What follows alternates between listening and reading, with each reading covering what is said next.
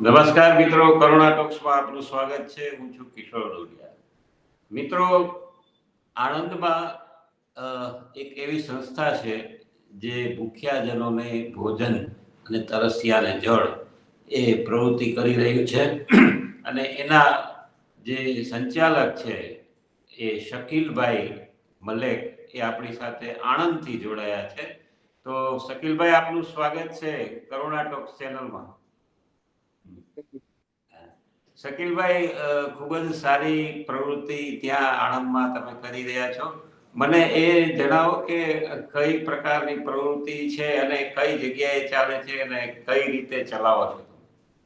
પહેલા તો આપ સૌના દર્શકોને ખૂબ ખૂબ અભિનંદન. આપને અભિનંદન, તમે આજે મને લાઈવમાં લીધો. હું આજે મેં શરૂઆત કરી હતી તારીખ 26/9/2022 થી. શરૂઆતની અંદર મને થોડી તકલીફ પડી ગઈ. હું રિક્ષા ચલાવતો હતો, અત્યારે પણ ચલાવું છું. અચ્છા. 3 કિલો રાઈસ થી શરૂઆત કરી હતી. બસ ચાલ્યું. અત્યાર સુધી હજુ ગાડી અટકી નથી.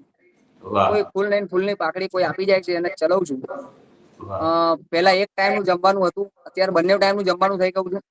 શું વાત છે? અંદાજી જ રોજ મારા અંદાજથી 150 થી 200 માણસો રોજ એક ટાઈમ ના ખાતા હશે. બંને ટાઈમ ના 400 માણસ ખાય છે. સાથે સાથે હું રાખવાની વ્યવસ્થા કરું છું. જે ઘરેથી વિખરેલા લોકો હોય, પરિવારથી વિખરેલા હોય, જે માનસિક લોકો રોડ ઉપર નીકળી જાય છે, એમને હું રેસ્ક્યુ કરી, એમના વારડાળી કરી અને એમને રાખવાની વ્યવસ્થા કરું છું. પરિવારથી મિલન કરાવવાનું કામ કરું છું. વાહ વાહ. કઈ જગ્યાએ રાખો તમે? આણંદ રેલવે સ્ટેશનની સામે રાજા રણછોડ માર્કેટ છે, ત્યાં એની અંદર એક મેં તંબુ બનાવ્યું છે. એની અંદર હું તંબુમાં લોકોને રાખું છું. અચ્છા. અને લોકો મને સપોર્ટ કરે છે. લોકો મને ફોન કરે છે કે ભાઈ અહીંયા આગળ છે, ભાઈ છે અહીંયા આગળ. બિનવારસી બોડીનું પણ નિકાલ કરું છું. મુસ્લિમ હોય તો મુસ્લિમ રીતિ રિવાજ કરું છું, હિન્દુ હોય તો હિન્દુનો રીતિ રિવાજ કરું છું. દરેક સમાજના વ્યક્તિને આપણે રાખીએ છીએ. દરેક સમાજના વ્યક્તિ અને સાથે આપણે છે. દરેક સમાજના લોકો સપોર્ટ કરે છે. એક માનવતાની દ્રષ્ટિએ આ કામ કરું. વાહ, બહુ સરસ. આ સૌથી મોટો માનવ ધર્મ છે એ તમે સરસ રીતે. આપણા ટ્રસ્ટનું નામ જ માનવતા છે. હા, તમારા ટ્રસ્ટનું નામ પણ માનવતા ટ્રસ્ટ છે અને બહુ જ સારી રીતે સાર્થક કરી રહ્યા છો તમે ત્યાં નામ છે એને.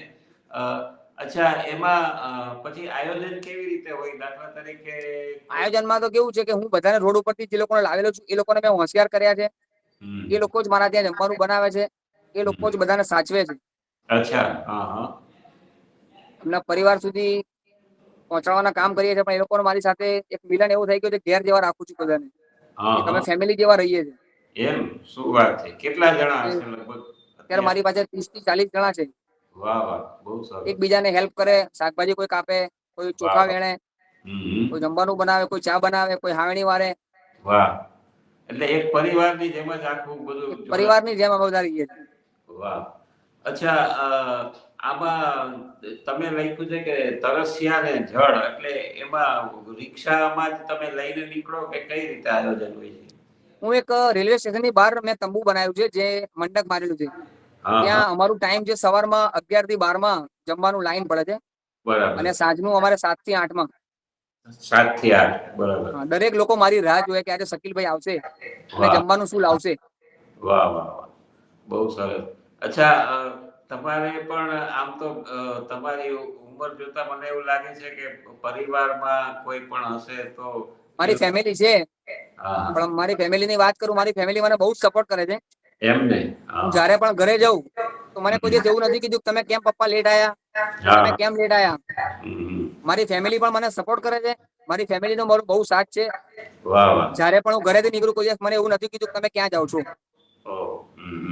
અચ્છા, તમે રિક્ષા છે એ રિક્ષામાં જે ચલાવો છો આખું જે રીતે રિક્ષામાં એક નોર્મલ મતલબ કે ઘેર ખર્ચી નીકળી જાય છે.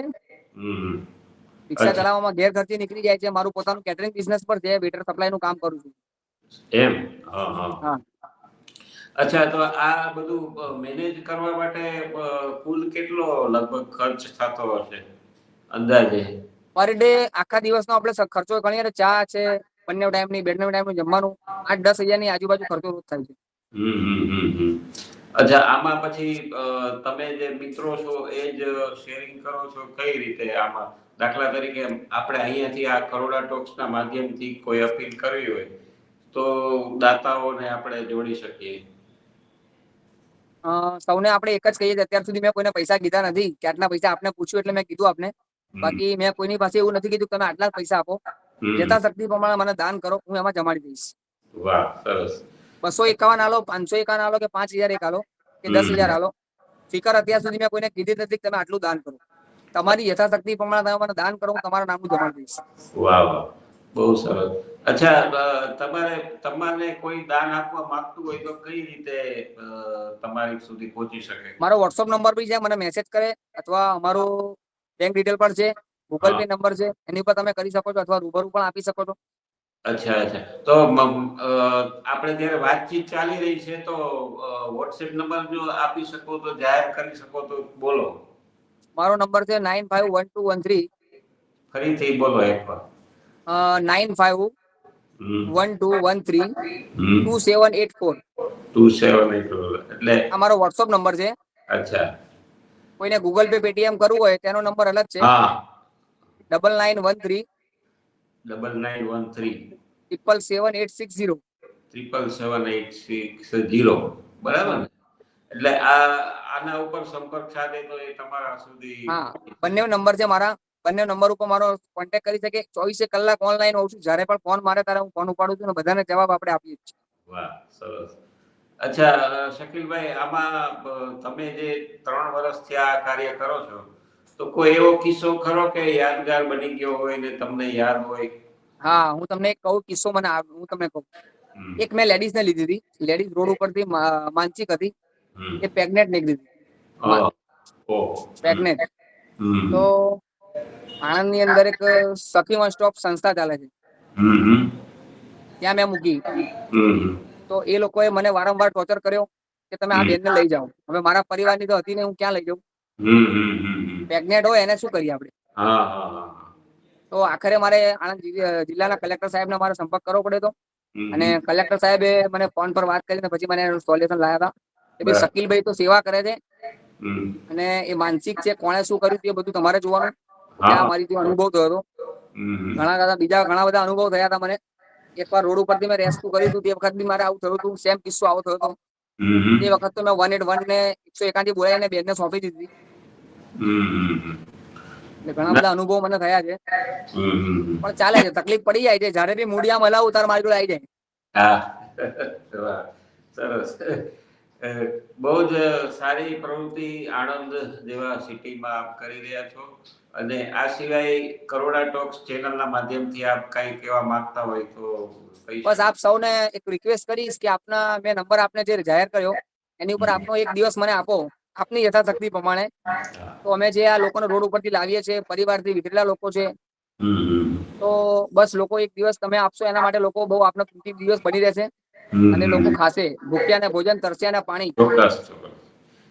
આ શરૂઆત મેં કોરોનામાંથી કરી હતી. કોરોનામાં લોકો ઘરે બેસી રહ્યા હતા, ખાતા નતા, લોકો રોડ ઉપર સુઈ રહ્યા હતા, ભૂખ્યા ને કે ખાવાનું નહીં આવ્યું. મેં નક્કી કર્યું કે બસ આપણે ભૂખ્યા ને ભોજન, ઈશ્વર આપણને ભૂખ્યા ઉઠાડે છે, ભૂખ્યા હુલાવતા નથી. એ ઉદ્દેશથી આપણે શરૂઆત કરી હતી, બસ અત્યાર સુધી ચાલુ છે. ના, બસ ઈશ્વર આપને વધુ શક્તિ આપે અને ખાસ તો ઉર્જા આપે અને આવું સરસ કામ ત્યાં ચાલી રહ્યું છે. ખાસ તો અમારી સાથે તમે તમારી વાત શેર કરી. ખૂબ જ ત્યાંના જે ભૂખ્યાજનો છે, તરસ્યાજનો છે, એને આ પ્રકારની સેવા આપો છો. અને ખાસ વાત શેર કરીને અમને, અમારા દર્શકોને પણ આપે જણાવ્યું અને અપીલ પણ કરી. આપનો ખૂબ ખૂબ આભાર. બીજી એક વાત આપને કહી દઉં જી જી જી. કે રોડ ઉપર મારી પાસે લોકો, માનસિક લોકો ખાય છે, કાકર વેણીને ગુજરાન ચલાવે છે, એક પરિવારના જ છે, તમારા મારા જેવા જ છે, પણ કઈક સંજોગોના કારણે રોડ ઉપરથી નીકળી ગયા છે. કોઈની વાઈફ નાઈ ગઈ છે, કોઈની મિલકત લઈ લીધી છે, કે કોઈના ઘરથી ટોર્ચર થઈ ગયા છે. આ લોકો તમારા મારા જેવા એક માણસાઈ જ છે. એમને કંઈક ને કંઈક સંજોગોના કારણે ઘરેથી નીકળી ગયા છે. બાકી માની પેટમાંથી કોઈ દારૂડો નથી જન્મ લેતો કે દારૂ પીવું પડશે મારે. એને સંજોગો, સમય લઈ જાય છે આ બધાને. સમયને માન ના લે છે. બાકી તમે કે આપણે આટલા છે, ઘર ફેમિલી સાથે રહીએ છીએ, આપણે બધું સમજીએ જ છે. હા, બરોબર બરોબર. બીજી એક વાત આપણે કહી દઉં કે ફેમિલીમાં અત્યારે આપણે બધા રહીએ છીએ, તો જેટલા બી આપણા દર્શકો છે એમને એક મેસેજ આપું કે અત્યારે જે છોકરા આપણા જનરેશન છે, આપણા મરી ગયા પછી એમની મિલકત એમની જ છે. બરાબર. જીવતા જીવત છોકરાના નામે મિલકત કરવી નહીં, એમના હમ. નામ અંદર ઉમેરવા નહીં, જેથી જો બરાબર. તમે ઉંમર થશે તો તમને કાઢી મૂકશે. હા હા હા. મરી ગયા પછી મરણ દાખલો મૂકશે એટલે છોકરાની જ મિલકત છે. હમ. એટલે આ એક દાખલો સૌના આપના વિડીયોના માધ્યમથી કહું છું કે છોકરાઓને નામે મિલકત બિલકુલ કરવી નહીં, છોકરાના નામે કોઈ પણ રૂપિયો મૂકવો નહીં, તમારા કબજામાં જ રાખવો તો તમને સાચવશે. વાહ. જો તમે લગામ એમને આપી દીધી તો હમ. ઘોડો છૂટી જશે ભાઈ, તમને રાખશે નહીં. બરાબર બરાબર, સાચી વાત. બીજું કયો કઈ હોય તો આ સિવાય? બસ શાંતિ. આપના દર્શકોને આટલો મેસેજ આપ્યો. તો ખૂબ ખૂબ આભાર આપનો, ધન્યવાદ.